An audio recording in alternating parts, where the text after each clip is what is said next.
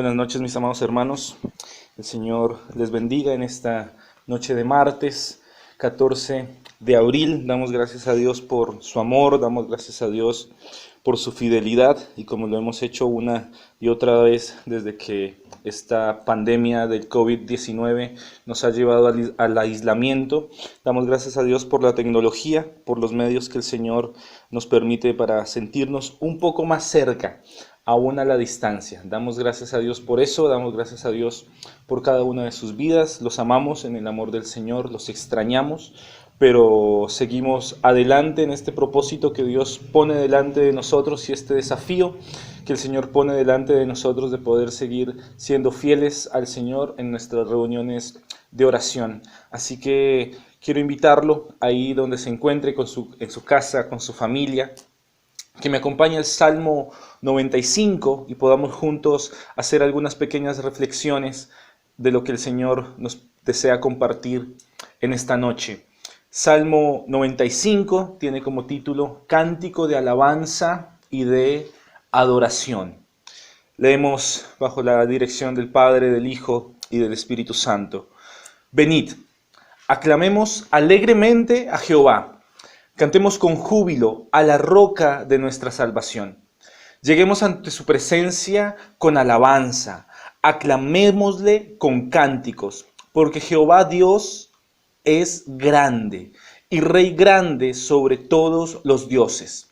Porque en su mano están las profundidades de la tierra y las alturas de los montes son suyas. Suyo también el mar, pues él lo hizo y sus manos formaron la tierra seca. Vengan, adoremos y postrémonos, arrodillémonos delante de Jehová nuestro Hacedor, porque Él es nuestro Dios, nosotros, el pueblo de su prado y ovejas de su mano. Si oyereis hoy su voz, no endurezcáis vuestro corazón como en Meriba, como en el día de Masaj en el desierto, donde me tentaron vuestros padres, me probaron y vieron mis obras. 40 años estuve disgustado con la nación y dije, pueblo es que divaga de corazón y no han conocido mis caminos. Por tanto, juré en mi furor que no entrarían en mi reposo.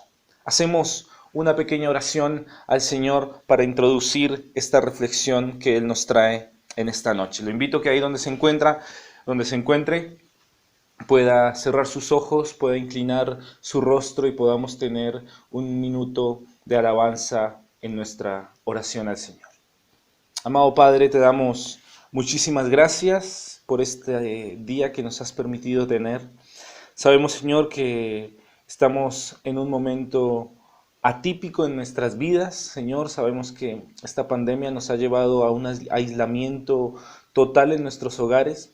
Pero también, Señor, vemos cómo tu mano poderosa obra en medio de la Argentina y cómo Argentina es uno de los países de América Latina que menos fallecidos tiene, que menos contagios tiene, Señor. Y te damos gracias por eso. Te damos gracias porque has dotado a nuestros líderes políticos con ideas claras y sabias, Señor, para contener la propagación de este virus.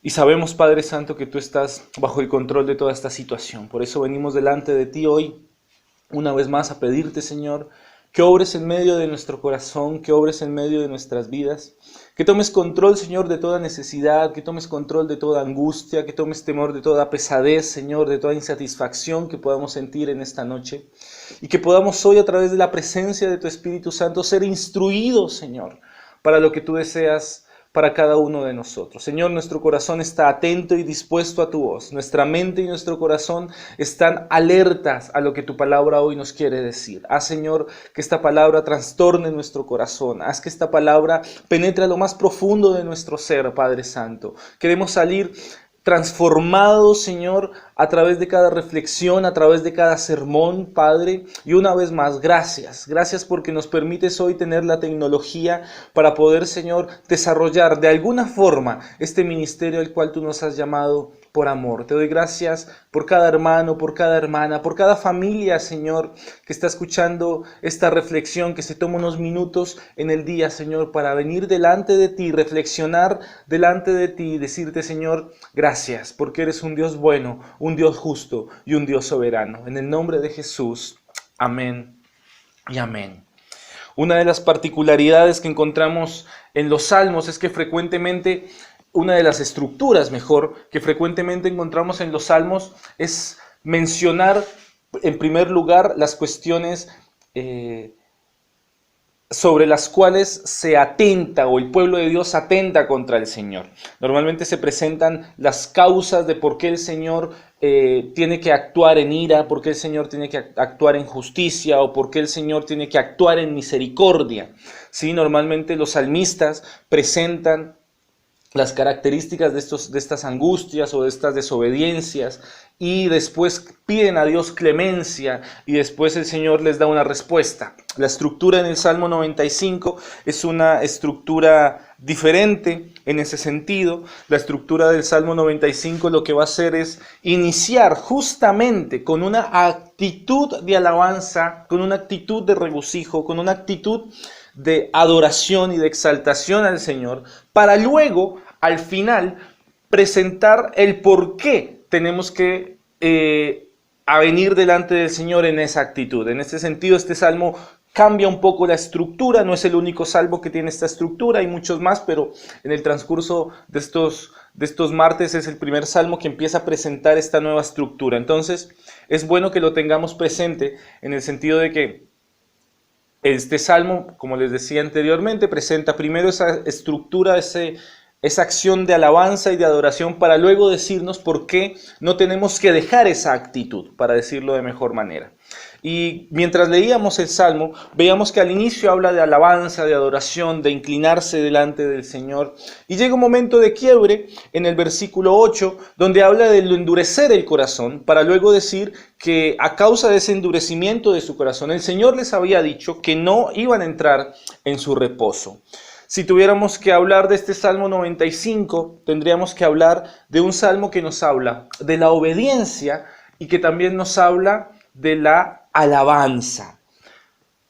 O mejor aún, nos habla primero de la alabanza y luego de la obediencia. El pueblo de Dios en este momento parece ser que está reunido en Jerusalén y parece que están próximos a celebrar una de sus fiestas tradicionales. Y esto lo vemos porque parece ser que el tema central que nos presenta este salmo es la renovación del pacto. Pero antes de la renovación del pacto es necesario que el corazón del pueblo sea examinado y que el pueblo se prepare para poder entrar en este servicio de renovación del Señor, del pacto del Señor.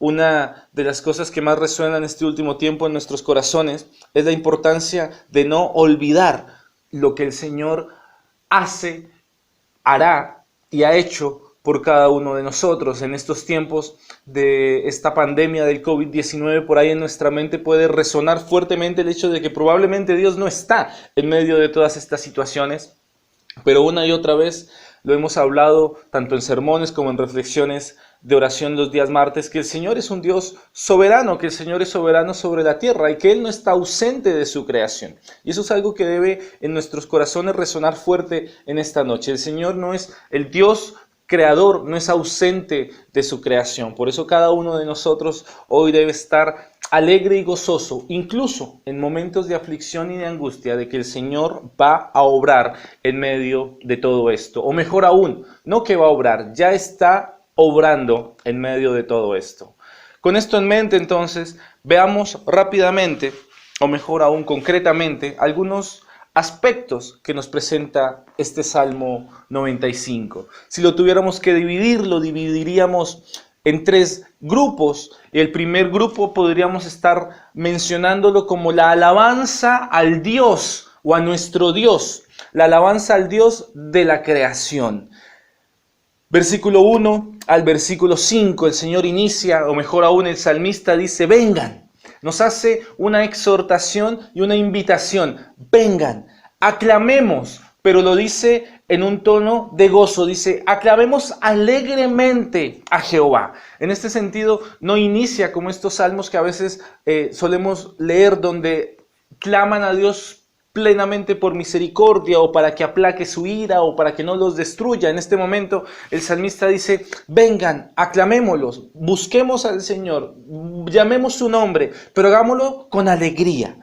cantémosle con júbilo, con un gozo desbordante.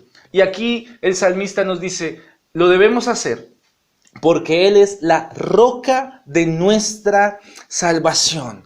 Por lo tanto, entonces, la invitación es a que entremos en el templo y que nos animemos a alabar a Dios, que lo proclamemos con gozo, que Él es la roca de nuestra salvación, que Él es nuestro fiel protector. Y por supuesto que hablar de templo el día de hoy nos suena un poco alejado, porque como solemos decir y hemos escuchado varias veces, y yo mismo soy uno de aquellos que lo dice, los templos han cerrado.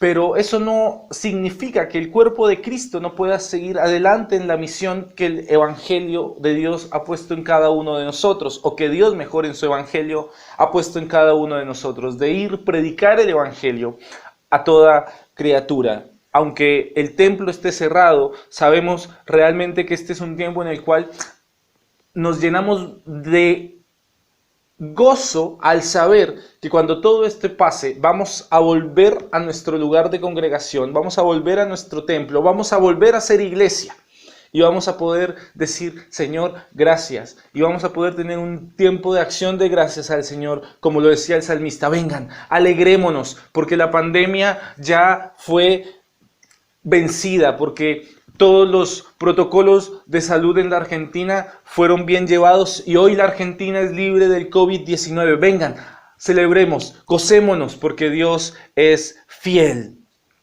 El tema que nos está presentando acá el salmista es la alabanza al Señor como un creador soberano. Una vez más, viene el Señor a través de los salmos y Él nos dice, soy soberano. Soy un Dios soberano, soy soberano sobre la creación, soy supremo sobre la creación.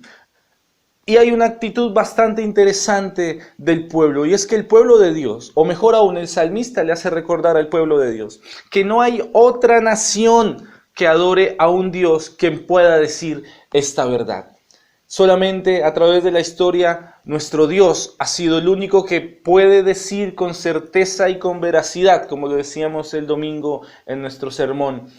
Él es soberano sobre la creación. Nadie más puede atribuirse o nadie más puede tener este atributo que solo el Señor dice de sí mismo. No hay otra nación que pueda decir esta verdad, que el mundo entero está en las manos de Dios. No hay otro Dios que pueda decir, el mundo entero está en mis manos. Versículo 3, Jehová Dios es grande, rey sobre todos los dioses. Su mano está en las profundidades de la tierra, en las alturas de los montes, suyo es el mar, suya es la tierra seca, todo le pertenece. Por lo general, los abismos se consideraban en la antigüedad como algo que estaba más allá del alcance de los dioses. Aquello que es lo más profundo del mar o aquello que está muy por encima en la cumbre más alta de los montes, era algo que tradicionalmente para los dioses paganos era algo que estaba ajeno y distante para ellos. En este sentido el Señor viene y dice, lo más profundo del mar me pertenece, lo más alto de los montes es mío. Qué gran verdad de esta afirmación que decíamos. Dios es soberano, el mundo está en sus manos. Y esto es algo que el salmista empieza a decirnos. Él nos dice que Jehová es el único que tiene este atributo. Él es el único que tiene el derecho de controlar todo. ¿Y por qué tiene el derecho de controlar todo? Porque Él es quien ha fabricado el mundo. La segunda parte podemos referenciarla como una adoración al Dios del pacto. Esto va desde el versículo 6 hasta el versículo 7, donde dice que Él es nuestro Dios, que somos su pueblo, ovejas de su prado, que si oímos su voz, no debemos endurecer nuestro corazón. Una vez más, al inicio decíamos que este es un salmo en el que están por celebrar una fiesta judía y una vez más aparece este clamor, vengan, esta exhortación que exige una obediencia o que nos pide una obediencia inmediata, vengan. Una vez más suena este clamor, entren al templo, Ríndanle homenaje al Señor. Él hizo la nación de Israel. Él los escogió. Él los hizo su pueblo simple y llanamente por su gracia. El Señor nuestro, el pueblo de su prado. Esta es una forma de hablar de esos dos pactos, que son pactos que saborean el deleite. Él es el buen pastor. Él es el buen pastor. Y nosotros, cada uno de nosotros, somos su rebaño, que estamos bajo su cuidado.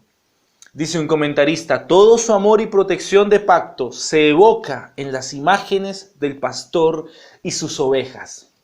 Esta imagen es una imagen frecuentemente usada tanto en el Nuevo como el Antiguo Testamento. El Señor dice, yo soy el buen pastor que da la vida por sus ovejas. Y es que el cuidado de un pastor, de guiar, de pastorear, de dar agua, de guiar a su rebaño, es una tarea que en Oriente es muy familiar, muy reconocida, muy evidente. Por eso esta referencia para el pueblo de Israel era muy palpable. Pero cuánto más para nosotros hoy. Si alguna vez hemos visto un rebaño de ovejas y un pastor, sabemos que la oveja oye la voz de su pastor y lo reconoce. Porque las ovejas son fieles a su pastor y su pastor es fiel a su rebaño. El Señor es fiel a su pacto. Y por último, el Señor habla, o mejor aún, del versículo 7 al versículo 11, se nos advierte sobre lo que Dios exige para este pacto, o lo que exige en este pacto. Versículo 7, desde la parte B, donde dice, si oyen su voz, no endurezcan su corazón. Por tanto, juré en mi furor, termina el salmista diciendo, que no entrarían en mi reposo.